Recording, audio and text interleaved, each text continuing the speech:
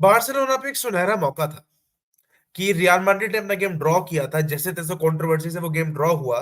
Barca पे मौका था, वो अपना गेम जीतकर ये 8 पॉइंट की लीड को कम करके 6 पॉइंट की आराम से कर सकती थी। पर भाई किस्मत भी हमारा साथ देने से अब इनकार कर रही है, क्योंकि फ्रेंकी और पेड्री दोनों को फर्स्ट हाफ में इंजरीज हो गई। एंड इतने चांस बार्सा क्रिएट नहीं कर पाई मुश्किल से गेम में। अगर मैं कहूँ, दो क्लियर कट चांसेस देखे, एक जो लेवा का शॉट जो डिफेंडर ने बहुत ही अच्छे से टैकल करके ब्लॉक किया, एंड दूसरा जो सबसे पहले फर्स्ट हाफ में चांस बना था, जो कैंसेलो ने लॉन्ग रेंजर लिया था, जो ऑलमोस्ट अंदर चला गया था, वही अंदर चला जाता तो बार्सा डिफेंसिवली अच्छा खेल रही थी, डिफेंड कर ले रही थी। पर इन सब के बीच मेरे वीडियो पे एक बंदे ने कमेंट किया। लाइक मैं खुश हूं मेरे वीडियो पे लोग कमेंट कर रहे हैं, बट कमेंट क्या किया, ये मेरी पिछली वीडियो पे कमेंट किया था कि Barca drew against Bilbao and both Pedri and de Jong injured and out for at least 1 month, hold and broke लोना फैन। लाइक लोगों में इतनी कर्टिसी बची है कि ये प्लेयर्स की इंजरी को सेलिब्रेट करते हैं, दे celebrate the injuries of the player. ठीक है, ठीक है भाई, मजा आ रहा होगा, आ जाए, कोई बात नहीं। लास्ट टाइम लीग हम जीते थे, इस बार तुम जीत जाओगे, अगली बार हम जीत जाएंगे, कोई बड़ी बात नहीं। खैर, तो मेरा इस पे रिप्लाई तो obviously, fan celebrating injuries are the worst kind of fans, which is true. ठीक है, अंटिल अनलेस उस प्लेयर से आप बहुत हेट ना करते हो, लाइक डेम्बले। तो बंदे ने कहा कि you deserve even worse for all the lies and hate you spills against Madrid, cry more. अभी क्या कॉन्टेक्स्ट था पता नहीं, क्योंकि मैंने अपनी किसी भी वीडियो में इतना कुछ मैड्रिड के अगेंस्ट नहीं बोला है। Even they are a rival club, I have a respect for them. And मैंने उनके ऊपर भी भाई वीडियोस बनाई है कि कैसे रियल मैड्रिड क्या है भाई भाई ये टीम है जो क्लच वाली मेंटालिटी रखती है, तो ये सारी सारी चीजें रखती है। आई एम नॉट द वन जो जाके उनको सीधा अब्यूज करने लगता है या ये करने लगता है। हाँ, मैंने ये बोला है कि ला लीगा का प्रेसिडेंट उनको फेवर करता है, बिकॉज वो खुद बोलता है कि I am a fan of them and all. तो ये चीजें तो मैं फैक्ट तो मैं बोलूंगा ही। बट यहाँ पे पता नहीं कैसे कैसे टाइप ऑफ फैंस है, वो आपको देखना पड़ेगा। तो मैंने फिर बंदे को लिखा, भाई अपने डिल्यूजन वर्ल्ड में रहे तो बंदे ने मेरे को रिप्लाई किया कि and you keep making calculations about how Barcelona are going to win trophy this year in your so called delusional world. तो भाई इसमें तुमने खुद ही अपने सवाल का जवाब दे दिया, कैलकुलेशन का शब्द प्रयोग करके। कैलकुलेशन का मतलब ये है अनुमान लगाना। डिल्यूजन का पता है क्या मतलब है? बारसा ही जीतेगी। और कैलकुलेट करके एस्टिमेट करने का क्या मतलब है कि अगर ये कंडीशन फुलफिल हुई तो बारसा जीत सकती है। ठीक है, तो कैलकुलेशन से एस्टिमेट करना और डिल्यूजन, दोनों में यही थिन लाइन का फर्क है, जो तुमने खुद के कमेंट में मेंशन कर दिया। पर शायद आपकी बुद्धि जो है इतनी बड़ी नहीं हुई होगी, तो मैंने थोड़ा एक्सप्लेन कर दिया। ठीक है, अब वापस से इन सब चीजों पे आ जाते हैं। ये टॉक्सिक सिटी से हम दूर ही रहते हैं, बट स्टिल मुझे पहली बार जब कोई कमेंट मिला था तो मैंने मेंशन कर दिया। अब अगर मैं बात करूं कि बारसा का अब आगे का क्या, आगे का क्या, देखो मैं शुरू से एक चीज मानता आया हूं कि पेड्री की जगह पे आप फर्मी लोपेस को खिलाओ। पेड्री को कम टाइम दो, लोपेस को ज्यादा टाइम दो, ऐसा मैं शुरू से मानता आ रहा हूँ। एंड सेम इंजरी हो गई, शायद डियोंग को एंकल इंजरी हुई है। अब इन सबको कंपनसेट कैसे किया जाएगा? जो डियोंग रोल प्ले करता है उसको कंपनसेट कैसे किया जाए? हम पे कोई ऐसा प्लेयर नहीं है जो वो रोल रेप्लिकेट कर पाए। यू कैन से क्रिस्टेंसन और यू कैन से कुबार्सी, पर क्या आप इतना ट्राई करोगे कि आप डीएम में रोमियो को खिलाओगे फिर क्रिस्टेंसन से कहोगे वो बॉल कैरी वाला काम करने का? नहीं हो पाएगा। तो टैक्टिकल स्विच करना पड़ेगा। एक टैक्टिकल स्विच करने की बहुत ज्यादा जरूरत पड़ेगी, जहां मेरे को लगता है कि कुबार्सी को थोड़ी फ्रीडम दी जाएगी आगे आने की, क्रिस्टेंसन को डीएम के रोल पे खिलाने को बोला जाएगा, जो मैं अनुमान लगा रहा हूँ। एंड मतलब ज्यादा कुछ चेंजेस इन द सेंस उसमें भी जावी कर नहीं सकता है। एंड वीतर रोके क्यों नहीं खेल रहा है उसका आइडिया नहीं है। इंजरी इंजरी है तो बता देना है मेरे को, पता नहीं वो बंदा क्यों नहीं खेल रहा है। कल लास्ट गेम में ऑब्वियसली बार्सा ने बहुत कम चांसेस बनाए थे। एंड पता है, इस गेम से पहले मेरे को एक वाइब आ गई थी, लाइक इंजरीज की नहीं, पर कुछ ना कुछ ऐसा हो जाएगा जिसकी वजह से हम जीत नहीं पाएंगे, और वैसा हो गया।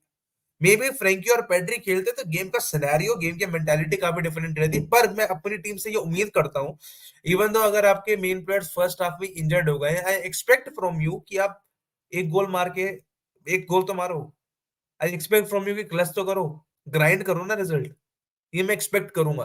तो मैं ये नहीं कह रहा कि Barca played a bad game attacking wise, उन्होंने इतना कुछ बनाया नहीं, defensively we were solid. And खासकर अवे टर्फ पे खेल रहे थे, रिस्पेक्ट टू द फैन जो कि अपलॉड कर रहे थे जब डियोंग लीव कर रहा था to give him the boost up. तो ये चीज मुझे और अच्छा इंडिकेशन लगा। पर अगर मैं ओवरऑल कहूं तो Barça could have grind out the result अगर बेहतर तरीके से प्लेयर्स ने इंडिविजुअल, देखो देखो, ये पूरा मैच देख के ना मैं एक चीज बता दूं, why we needed Messi. Like again we don't go back to emotional factor, but क्यों? मैंने इस जस्ट मैच के बाद एक स्टोरी डाली थी कि हम मैं अभी भी चाहता हूं कि मेसी आए और हमको कैरी करे, carry us to win La Liga, carry us to compete in the Champions League, carry us on your shoulders, be our number 10 once again. ये मैं ये मैंने डाला था अपने इंस्टाग्राम पेज पे ये चीज, एंड ये फुल ऑफ इमोशन था फ्रॉम अ फैन कि मैं चाहता हूं कि ही कैरीज अस, क्योंकि लास्ट के 2 साल बारसा में जब वो था, since that Liverpool thing happened, उसके बाद से डिफेंसिवली बारसा इतनी सॉलिड रही नहीं। अब बारसा डिफेंसिवली सॉलिड है, and Messi went away, and उसको जब लाने का मौका था तो they did not bring him back. अगर तुम किसी भी प्लेयर से नेगोशिएट करके उसको बारसा में ला सकते हो, सबसे बेस्ट तरीके से नेगोशिएट करके, तो उस बंदे से ही कर सकते हो जो तुम्हारा लेजेंड है।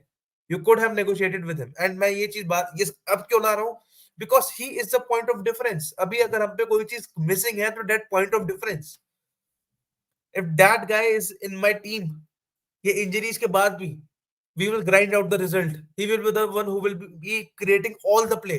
वही होगा जो गोल मारेगा, वही होगा जो असिस्ट करेगा, वही होगा जो मिडफील्ड से पूरा गेम चलाएगा, even though is not a midfielder.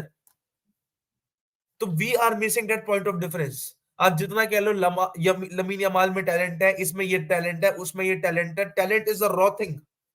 We need talent plus experience in the attack. Barca इतना खराब क्यों लगती है हमको कभी कभार खेलते हुए?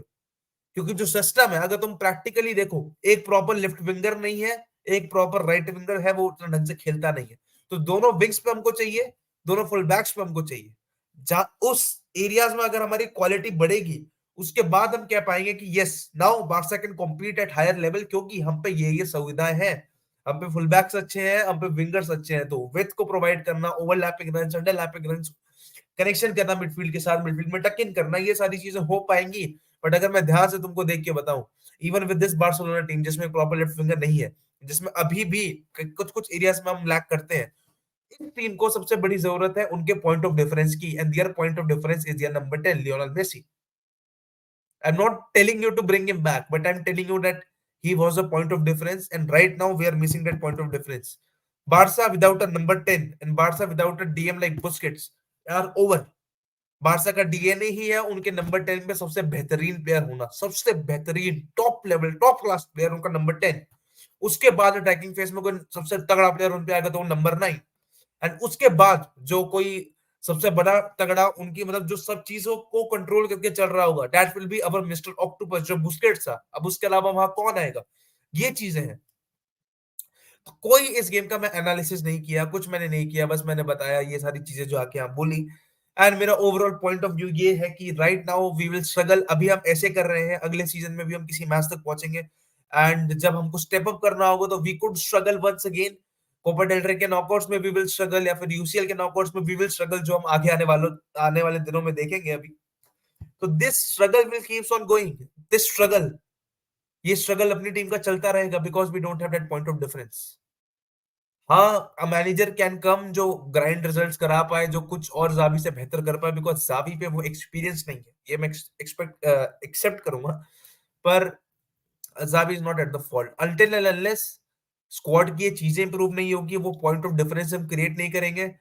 कोई भी मैनेजर आ जाए, ज्यादा लंबा टाइम रिजल्ट निकाल के नहीं दे सकता। And Xavi winning the league last season with that Barcelona squad, लोग ज्यादा अप्रिशिएट नहीं करते हैं, बट बहुत बड़ी चीज थी करना, बहुत बड़ी चीज थी। इसको अप्रिशिएट करना बहुत जरूरी है।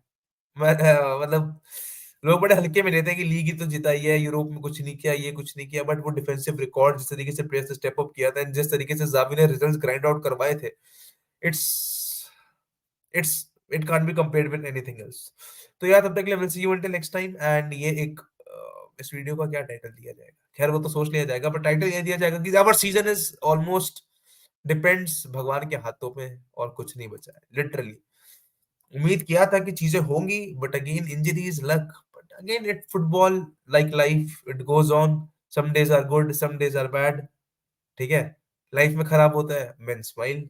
फुटबॉल में टीम अगर खराब खेलती है, man smile, man smile, man moves on.